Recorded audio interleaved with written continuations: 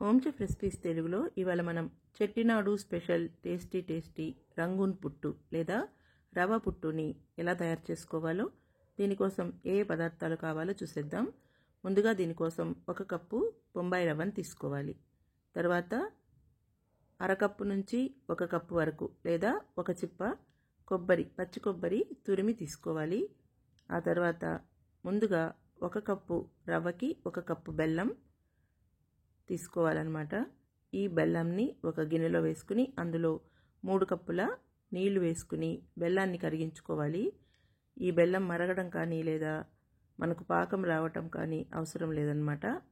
ఈ విధంగా బెల్లం బాగా పూర్తిగా కరిగిపోతే దీన్ని దించి పక్కన పెట్టుకుని ఇప్పుడు అడుగు మందంగా ఉండే బాణల్లో 1 టీ స్పూన్ వరకు నెయ్యి వేసుకుని మనకు నచ్చిన డ్రై ఫ్రూట్స్ని దోరగా వేయించి తీసుకోవాలి. ఇక్కడ నేను జీడిపప్పు, బాదం పప్పు, కిస్మిస్ వేయించి తీసుకున్నాను. ఇప్పుడు అందులోనే 2 టీ స్పూన్ల నెయ్యి వేసుకుని పచ్చి కొబ్బరి తురుముని కూడా వేసుకుని ఇందులోని పచ్చి వాసన అలాగే తడిపోయేంత వరకు మాత్రమే 2-3 నిమిషాల పాటు వేపుకోవాలన్నమాట. ఈ కొబ్బరి కొద్దిగా రంగు మారేంత వరకు వేపుకుంటే సరిపోతుంది. ఇలా వేయించుకున్న పచ్చి కొబ్బరి తురుముని కూడా పక్కన తీసి పెట్టుకున్న తర్వాత అదే బాణల్లో 3 టేబుల్ స్పూన్ల వరకు నెయ్యి వేసుకుని 1 కప్పు బొంబాయి రవ్వని వేసి మంటని లో ఫ్లేమ్లో పెట్టుకుని దోరగా వేయించుకోవాలి.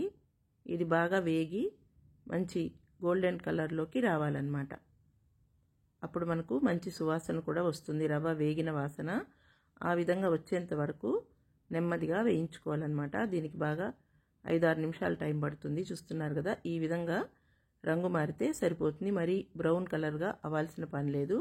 ఇప్పుడు మనము కరిగించి పెట్టుకున్న బెల్లాన్ని టీ స్ట్రెయినర్తో ఈ విధంగా వడపోసుకోవాలన్నమాట. దీన్ని కొద్దిగా వడపోసుకుంటూ ఇలా కలుపుకోవాలి, లేకపోతే దీని సెగ మన చేతికి తగులుతుంది. కాబట్టి కొద్దిగా పైకి పెట్టుకుని ఈ బెల్లాన్ని కరిగించుకున్న బెల్లం నీళ్ళు మొత్తాన్ని కూడా వేసేసుకున్న తర్వాత ఇందులో గడ్డలు కట్టకుండా ఈ రవ్వని బాగా కలిపేసుకోవాలి. ఈ విధంగా మనం నెయ్యిలో వేపుకున్నాం కాబట్టి ముందుగా కొద్దిగా గడ్డలు కట్టినా కూడా అదంతా కూడా కరిగిపోతుంది. ఇప్పుడు ఇలా దగ్గర పడుతూ ఉన్నప్పుడు కలుపుకుంటూ 1 టీ స్పూన్ వరకు యాలకుల పొడి కూడా చేర్చుకుని మరింత దగ్గరగా అయ్యేంత వరకు కుక్ చేసుకోవాలి. ఇలా కొంచెం దగ్గర పడేటప్పుడు 2 టేబుల్ స్పూన్ల వరకు నెయ్యి వేసుకుని కలుపుకోవాలి. ఈ విధంగా పూర్తిగా రవ్వ ఉడికిపోయేంత వరకు మనం మూత పెట్టుకునైనా ఉడికించుకోవచ్చు, మధ్య మధ్యలో కలుపుకుంటూ, లేదా అలాగే దగ్గరుండి కలుపుకోవచ్చు అన్నమాట. ఈ విధంగా మనకు 2-3 నిమిషాలకంతా ఈ రవ్వ బాగా ఉడికిపోయి దగ్గర పడిపోతుంది. ఇక్కడ చూస్తున్నట్టు మనకు రాను తడి తగ్గిపోయి ఈ విధంగా దగ్గరికి అవుతుందన్నమాట. ఇప్పుడు మనం వేపి పెట్టుకున్న డ్రై ఫ్రూట్స్ని అలాగే వేయించి పెట్టుకున్న కొబ్బరి తురుము మొత్తాన్ని కూడా ఇందులోకి వేసేసి బాగా కలుపుకోవాలి. ఇందులో ఎంత నెయ్యి ఎక్కువ వేస్తే అంత బాగుంటుంది, లేదా ఈ విధంగా మనకు సరిపడా నెయ్యి మాత్రమే వేసుకుని కూడా చేసుకోవచ్చు. ఈ స్టేజ్లో మరొక 2 స్పూన్ల నెయ్యి కావాలనుకున్నా కూడా వేసుకోవచ్చు అనమాట. కేసరిలాగా ఇలా స్పూన్లోకి తీసుకుంటే జారి పడిపోయేటట్లుగా ఉండాలి. లేదంటే నెయ్యిని తక్కువ తినాలి అనుకున్నప్పుడు ఈ విధంగా లిమిటెడ్గా కూడా నెయ్యి వేసుకుని చేసుకోవచ్చు. చివరగా రవ్వ మొత్తం కుక్ అయిపోయిన తర్వాత ఒక 5 నిమిషాలు మూత పెట్టుకుని తర్వాత మూత తీసి 2 టీ స్పూన్ల నెయ్యి వేసి బాగా కలుపుకుని వేడిగా అయినా సర్వ్ చేసుకోవచ్చు, లేదా చల్లారిన తర్వాత తీసుకున్నా కూడా చాలా టేస్టీగా ఉంటుంది.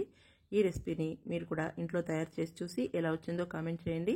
నచ్చితే గనక మీ ఫ్రెండ్స్కి, రిలేటివ్స్కి ఈ వీడియో లింక్ని షేర్ చేయండి, లైక్ చేయండి. మరిన్ని వంటల కోసం మా హోమ్ చెఫ్ రెసిపీస్ తెలుగు ఛానల్ని సబ్స్క్రైబ్ చేసుకోండి.